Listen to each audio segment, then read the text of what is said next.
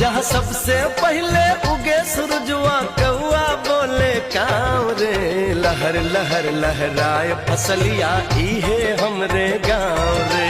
लहर लहर लहराए फसलिया इहे हमरे गाँव रे।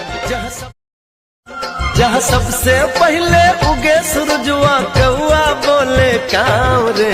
लहर लहर लहराए फसलिया इहे हमरे गाँव रे। लहर लहर लहराए फसलिया इहे हमरे गाँव रे।